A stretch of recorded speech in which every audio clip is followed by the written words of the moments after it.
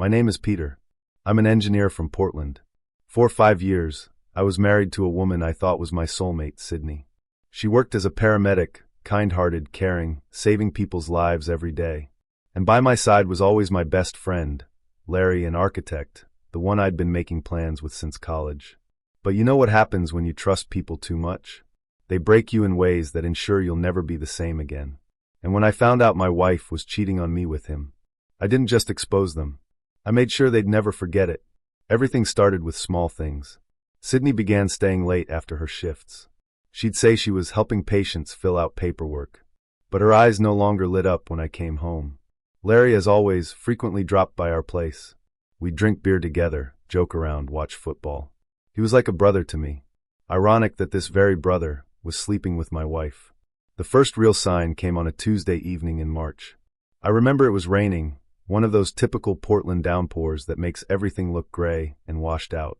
Sidney texted me saying she'd be late again, emergency at work, someone needed her to stay for documentation. I believed her. Why wouldn't I? She was my wife, the woman I'd pledged my life to. But something nagged at me that night. Call it intuition, call it paranoia, call it whatever you want. I called her workplace around 8 p.m. The dispatcher, a woman named Margaret who I'd met at a few hospital events, answered cheerfully. "Oh, Sidney? She left about 2 hours ago, honey. Said she had plans." Plans. Not going home to my husband. Plans. My stomach dropped. I tried calling Sidney's cell. Straight to voicemail. Once. Twice. 3 times. I sat in my office chair, staring at the blueprints spread across my desk, unable to focus on the calculations that normally absorbed me completely. My mind raced through possibilities. Maybe she went shopping. Maybe her phone died. Maybe she was surprising me with something. But deep down I knew. You always know, don't you? You just don't want to admit it to yourself. I decided to head home early. As I drove through the rain-slicked streets, my hands gripped the steering wheel so tight my knuckles turned white. Every red light felt like an eternity. Every turn brought me closer to a truth I wasn't ready to face. When I pulled onto our street, I saw it immediately. Larry's silver Audi parked in our driveway, partially hidden behind the oak tree we'd planted together on our first anniversary. The lights were on in our bedroom, the window on the second floor, the one with the blue curtains Sidney had picked out last summer. I sat in my car for what felt like hours but was probably only 5 minutes. Rain hammered against the windshield. I watched those lit windows, and part of me wanted to drive away, pretend I'd never seen anything, go grab a drink and come back later when Larry had left and Sidney would kiss me and tell me about her day and everything would be normal. But I couldn't. I had to know. I walked to the front door, my heart pounding so hard I thought it might burst through my chest. The door was unlocked. We always kept it unlocked when we were home, living in our safe little suburban bubble. I pushed it open slowly, quietly. The house was silent except for sounds coming from upstairs. Sounds I recognized. Sounds that made my blood run cold and hot at the same time. I climbed the stairs, each step feeling like I was walking toward my own execution. The bedroom door was slightly ajar. Through the gap, I could see them. My wife. My best friend. Together. In the bed I'd helped build from an IKEA flatpack on a Sunday afternoon 2 years ago, laughing about the confusing instructions. They didn't notice me at first. They were too absorbed in each other. I stood there, frozen, watching my entire life shatter into a million pieces. It felt surreal, like watching a movie about someone else's tragedy. Then Sidney turned her head and saw me. The scream that came out of her mouth was pure panic. Larry scrambled off the bed, grabbing for his clothes, his face cycling through shock, guilt, and fear in rapid succession. "Peter! Oh God, Peter, this isn't," Sidney started, wrapping the sheet around herself. "Isn't what?" I interrupted, my voice eerily calm even to my own ears. "Isn't you fucking my best friend in our bed? Because it looks exactly like that, Sidney." "Man, I can explain," Larry began, hopping on one foot as he tried to pull his pants on. "Explain?" I laughed, and it sounded hollow, broken. "Explain what, Larry? How long have you been explaining yourself into my wife?" The silence that followed was deafening. Sidney started crying, those performative sobs that I'd seen her use before when she wanted sympathy. Larry just stood there, pale as a ghost, unable to meet my eyes. "How long?" I asked quietly. More silence. "How long?" I shouted, the composure finally cracking. 6 months, Sidney whispered. 6 months. Half a year. All those late nights. All those times Larry had been at our house, sitting on my couch, drinking my beer, clapping me on the shoulder like a true friend. All those times Sidney had kissed me goodbye in the morning and hello at night, her lips that had been on him. I felt sick. "Get out," I said to Larry. "Get out of my house right now." He didn't need to be told twice. He grabbed his remaining clothes and practically ran down the stairs. I heard the front door slam, his car engine roar to life, tires squealing as he sped away. Sidney tried to approach me, still wrapped in that sheet. "Peter, please, we need to talk about this. I made a mistake." I was confused. He was just there, and you've been so busy with work and... "Stop," I held up my hand. "Just stop. I don't want to hear excuses. I don't want to hear how this is somehow my fault, because I work too much. I don't want to hear anything from you right now." I turned and walked out of the room, out of the house, got in my car and drove. I didn't know where I was going. I just drove through the rain, tears streaming down my face, my whole body shaking with rage and grief and betrayal. I ended up at a motel on the outskirts of town. Checked in, lay on the scratchy bedspread, and stared at the ceiling all night. My phone buzzed constantly with calls and texts from Sidney. I ignored them all. By morning, something had changed inside me. The pain was still there, raw and aching, but it had crystallized into something else. Determination. Clarity. I wasn't going to beg her to stay. I wasn't going to fight for a marriage she'd already destroyed. And I certainly wasn't going to let them both walk away from this unscathed. I went to see a lawyer that morning, Jackson Miller, a guy I'd met at a professional networking event a year ago. He was sharp, efficient, and discreet. "I want a divorce," I told him, "and I want it done cleanly and quickly." He nodded, took notes, explained the process. Oregon was a no-fault divorce state, which meant the infidelity wouldn't matter legally, but it would matter in the court of public opinion, and that was fine by me. But the divorce was just the beginning. See, here's what Sidney and Larry didn't know. That commercial project we'd been working on together, the Bridgeport Commercial Complex, a massive mixed-use development in downtown Portland, it was worth millions. Larry's architecture firm had won the contract, but my engineering work was integral to the whole thing. We were partners on paper, 50-50 collaboration. I'd spent 3 years of my life on that project. Late nights, weekend work, countless revisions. It was supposed to be our masterpiece, Larry's and mine. The thing that would cement both our careers. But I had leverage they didn't know about. You see, in the initial contract, there was a clause, one I'd insisted on when we started, that allowed either party to withdraw their contribution if they felt the partnership had been compromised by unethical behavior or personal conflicts that might affect professional judgment. At the time, it had seemed like standard protective language. Now it was my nuclear option. I spent the next 2 weeks meticulously documenting everything. I gathered all my original calculations, design notes, technical specifications, everything that proved my work was foundational to the project. I consulted with an intellectual property lawyer, a stern woman named Patricia Chun who looked at my evidence and smiled. "You have a solid case for withdrawal," she said. "And if you do this right, you can transfer your rights to another firm. Have you thought about which one?" I had. Morrison and Associates, Larry's biggest competitor. A firm that had been courting me for months, trying to poach me from my current company. They'd even offered me a partnership position if I brought significant projects with me. I reached out to Thomas Morrison himself. We met at a quiet restaurant in Beaverton, away from prying eyes. "I have a proposition," I told him.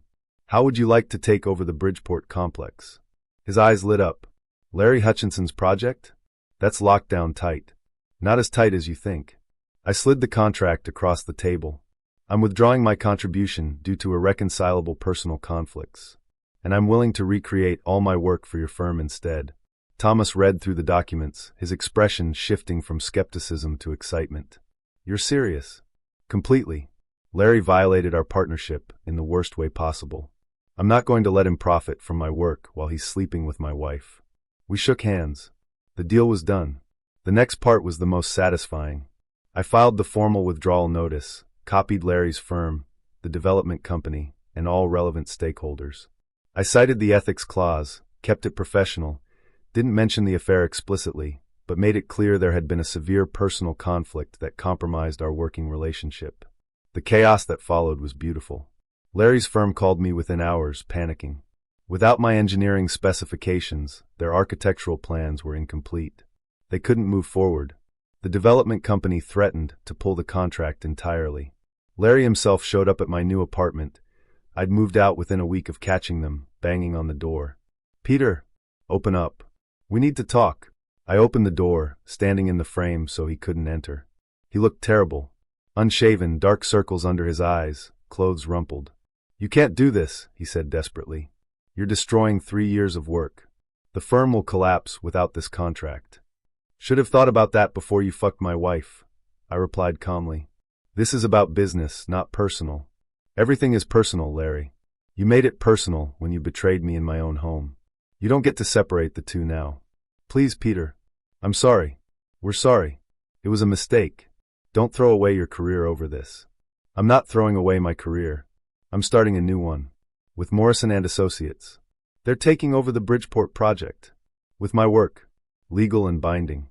His face went white. "You gave it to Morrison? They're our biggest competitors." "I know. Poetic, isn't it?" He tried to argue more, even tried to push past me into my apartment, but I shut the door in his face. Heard him cursing and kicking the door before he finally left. The fallout was spectacular. Larry's firm lost the Bridgeport contract within a month. The development company sued them for breach of contract due to inability to deliver. Larry personally lost hundreds of thousands of dollars. His professional reputation in Portland was destroyed. Nobody wanted to work with the architect who'd lost the biggest project of the decade because he couldn't keep it in his pants. As for Sidney, I kept the divorce proceedings cold and efficient. Oregon's equitable distribution meant we split assets fairly. The house sold quickly. Neither of us could stand to live there anymore. We divided the proceeds, split the savings, untangled our lives with surgical precision. She tried to talk to me several times during the process. Showed up at my office, sent long emails, left voicemails begging for a chance to explain. I never responded. What was there to say? She'd made her choice. Now she had to live with it. The final divorce hearing was brief. We sat on opposite sides of the courtroom, didn't make eye contact. The judge asked the standard questions, we both agreed to the terms, and just like that, 5 years of marriage dissolved into nothing. As we left the courthouse, Sidney grabbed my arm. "Peter, wait. Can we just talk? Please." I looked at her, really looked at her, and felt nothing. The love was gone. The hurt was fading. She was just a stranger now. "There's nothing to talk about, Sidney. We're done. Move on with your life." "I'm moving on with mine." "I heard about what you did to Larry," she said quietly. "That was cruel." I almost laughed. "Cruel? He destroyed our friendship, betrayed my trust in the worst possible way, and you both made a fool of me for 6 months. Taking away a business contract is cruel? Sidney, I could have done so much worse. He lost everything because of you." "No. He lost everything because of himself. Because of you. Actions have consequences. Maybe you should have thought about that before you spread your legs for my best friend." She flinched at the crudeness, but I didn't care anymore. I walked away and didn't look back. The months that followed were transformative.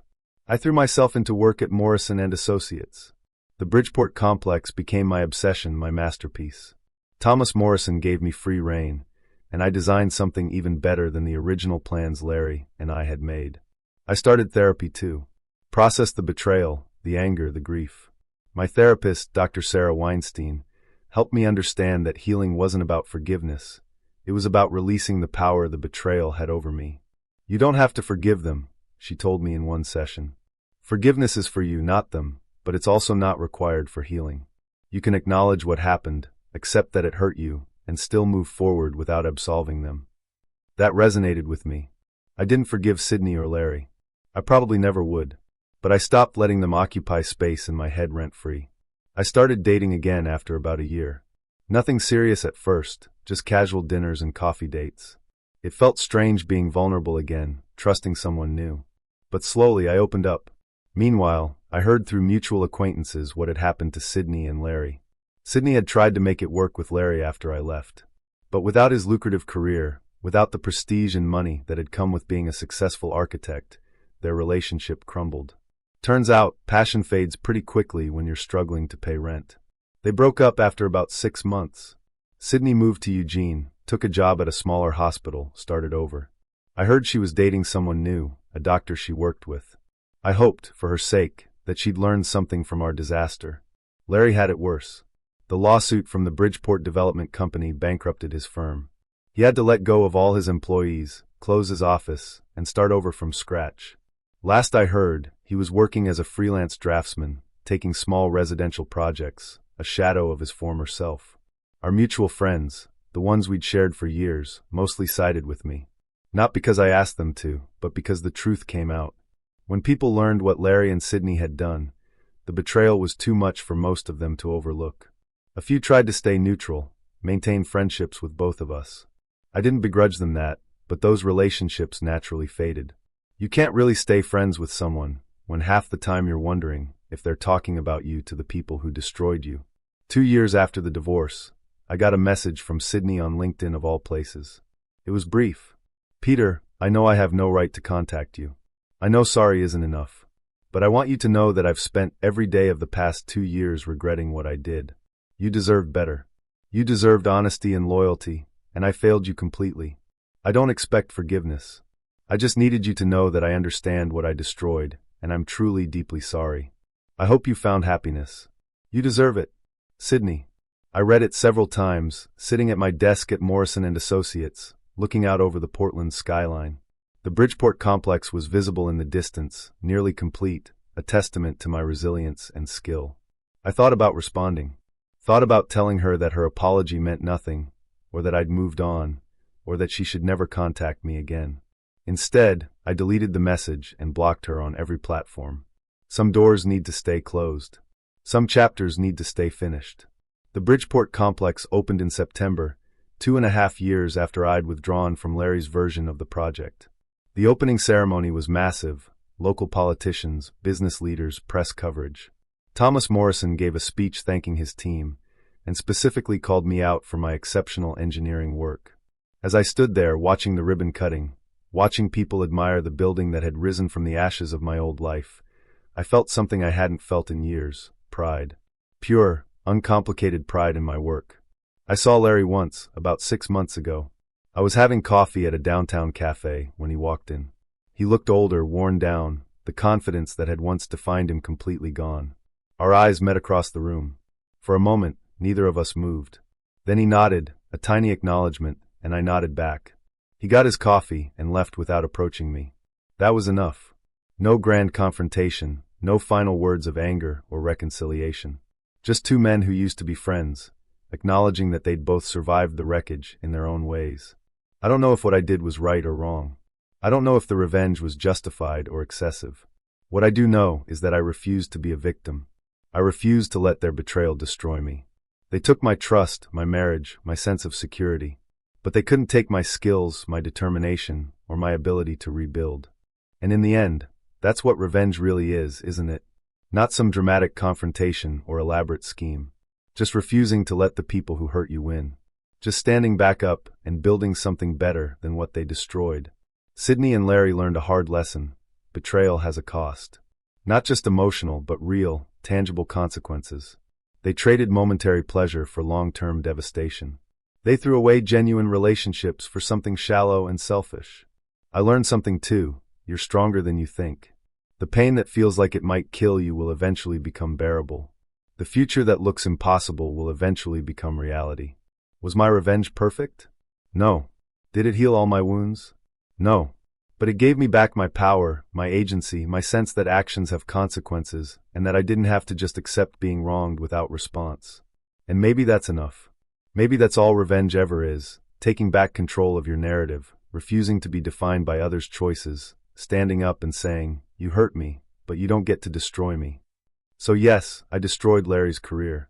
Yes, I made sure Sidney saw what she'd lost. Yes, I rebuilt my life from the ground up and made sure they both knew I was thriving without them. And I'd do it again. Because some betrayals deserve consequences. Some actions can't be forgiven or forgotten. And sometimes the best revenge isn't just living well. It's making sure the people who wronged you understand exactly what they've lost. Thank you for watching the video to the end. YouTube may no longer suggest my channel to you, so subscribe to it to receive new interesting stories. You will also help the channel grow and improve the quality of its content. A playlist with other interesting stories that you can listen to is now displayed on the screen. You can also write in the comments what stories you would like to see on the channel.